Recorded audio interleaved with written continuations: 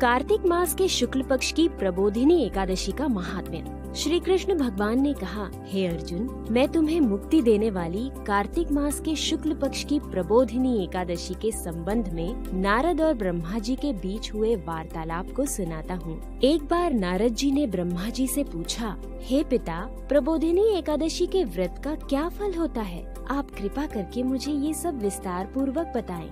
ब्रह्मा जी बोले, हे पुत्र, जिस वस्तु का त्रिलोक में मिलना दुष्कर है, वो वस्तु भी कार्तिक मास के शुक्ल पक्ष की प्रबोधिनी एकादशी के व्रत से मिल जाती है। इस व्रत के प्रभाव से पूर्व जन्म के किए हुए अनेक बुरे कर्म क्षण भर में नष्ट हो जाते हैं। हे पुत्र, जो मनुष्य श्रद्धा पूर्वक इस दिन थोड़ा भी पुण्य करते हैं, उनका वो पुण्य पर्वत के समान अटल हो जाता है। उनके पितृ विष्णु लोक में जाते हैं। ब्रह्म हत्या आदि महान पाप भी प्रबोधिनी एकादशी के दिन रात्रि को जागरण करने से नष्ट हो जाते हैं। हे नारद, मनुष्य को भगवान की प्रसन्नता के लिए कार्तिक मास की इस एकादशी का व्रत अवश्य करना चाहिए। जो मनुष्य इस एकादशी व्रत को करता है, वो धनवान, योगी, तपस्वी तथा इंद्रियों को जीतने वाला होता है, क्योंकि एकादशी भगवान विष्णु को अत्यंत प्रिय है। इस एकादशी के दिन जो मनुष्य भगवान की प्राप्ति के लिए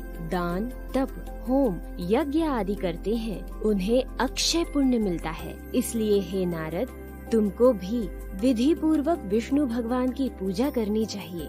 इस एकादशी के दिन मनुष्य को ब्राह्म मुहूर्त में उठकर व्रत का संकल्प लेना चाहिए और पूजा करनी चाहिए। रात्रि को भगवान के समीप गीत, नृत्य, कथा कीर्तन करते हुए रात्रि व्यतीत करनी चाहिए। प्रबोधिनी एकादशी के दिन पुष्प, अगर, धूप आदि